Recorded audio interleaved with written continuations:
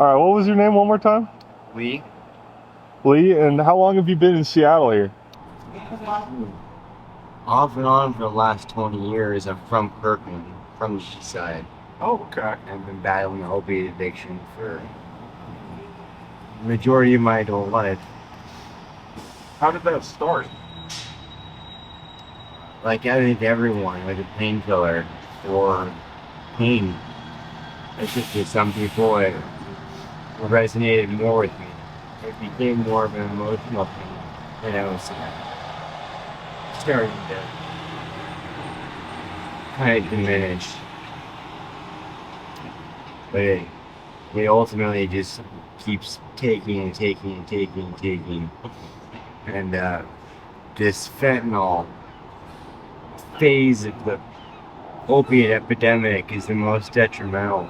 It's instead of years like with heroin, you had a matter of years, you would start losing legs and seeing abscesses within a matter of days on fentanyl. You can see an infection that could literally take your limb. Kids that start using this, they're not prepared for what the ramifications coming. So I wasn't prepared for it. I'm in season. What surprised you about it? It was just within a matter of 2 weeks. Yeah, a matter of 2 weeks. 2 weeks? Yeah.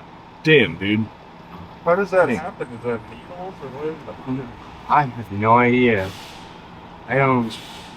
I can barely walk and barely stand, so I'm sitting here right now.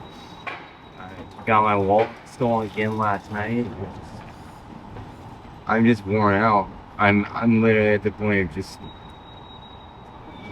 I don't know. I just want my soul to leave my body. Have you tried hitting up like a rehab center or anything like that? That's what I'm doing here at the mission with the UGM. The fire department brought me here last night.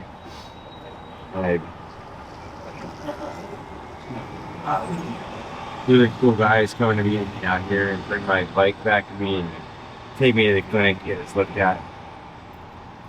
So That's nice. yeah, and then because everywhere, all the detoxes, all the inpatients I've gone to, they see this and they're just like, you gotta go to the hospital first. You go to the hospital and they go, you gotta go to detox. You go to detox, and they go, no, you gotta go here. You can't walk. Like, no one wants the problem. Everyone's trying to just. They see you walk through the door and it's just like, oh shit. You're just a problem. People's lives.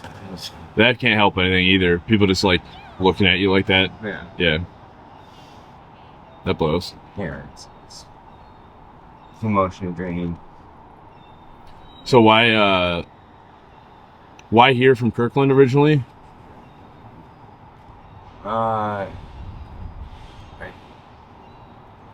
It's just easy access out here.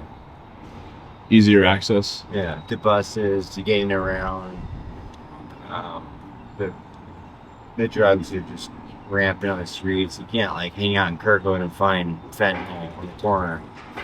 But here I can walk 20 feet and find it.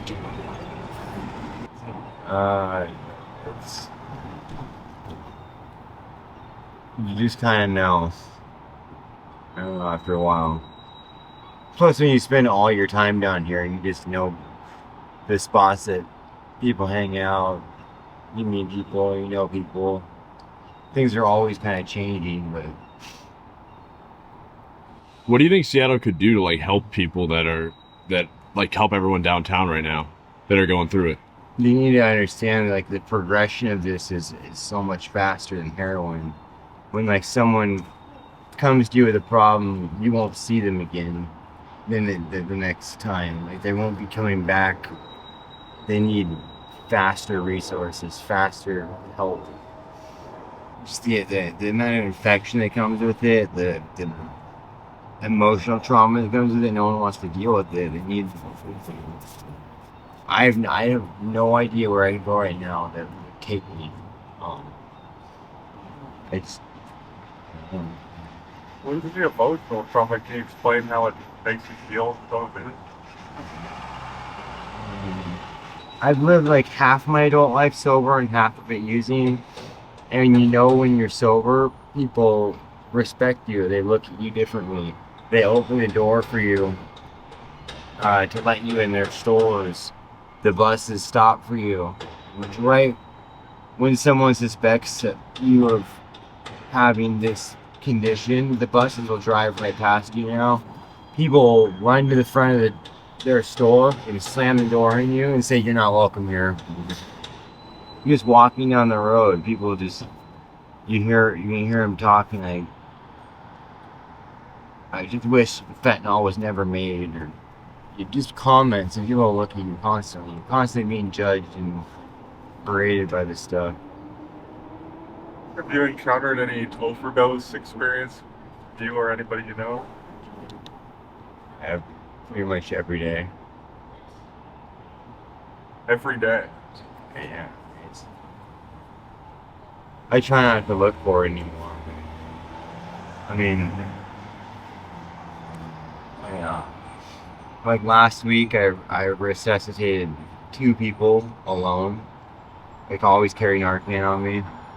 I walked up on 2 people. There's 2 situations of people completely dying, and the person that was with them didn't know what to do.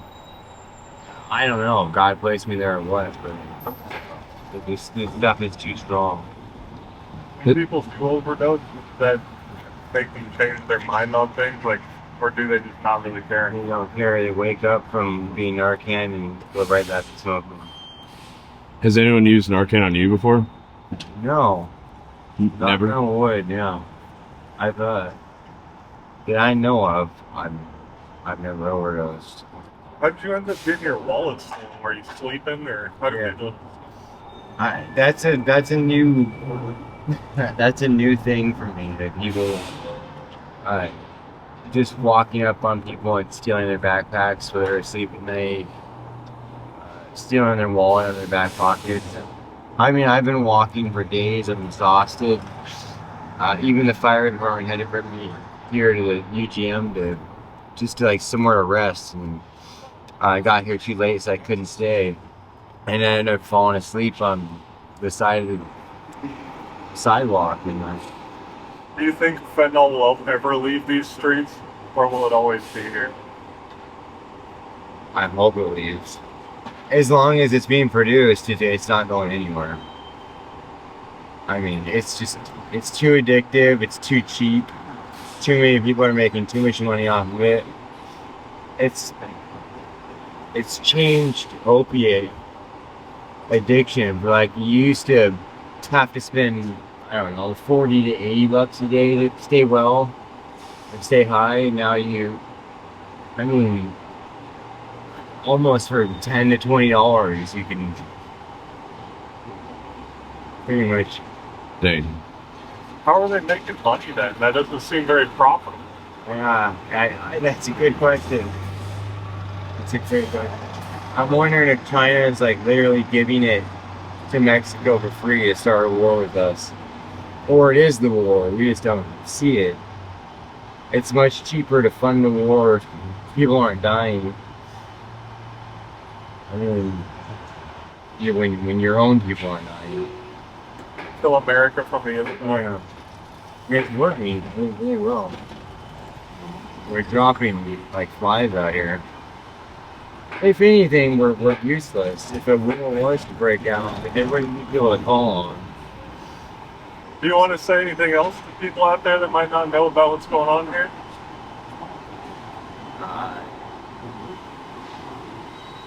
There's people out here that want nothing more than to see you fail and to hurt you. That's always been the case, but there's a specific agenda on taking advantage of people in vulnerable situations. So if you find yourself out here, the fight isn't just against the drugs now. There's people that want to see you hurt as well. So I would steer clear from coming down here whatsoever. if you were to talk to someone that's like on day one of doing fentanyl, do you have any advice for them in how to get out of this situation early? That's a good question. All I can ever be is a living testimony. I mean, the best way to show somebody proof is for them to see it, feel it, touch it, smell it. So I say, look what will happen to you in about 2 weeks. This is like your legs. There's people in these shelters that have missing legs. They're 20 years old, all over the place. It's kind of the new norm. Just appendages that you sacrifice for this. So I really think about your choices here. How old are you as well? I'm 38. 38? How much longer do you think you have out here? Oh my gosh. I don't know, man. A year. 1 year.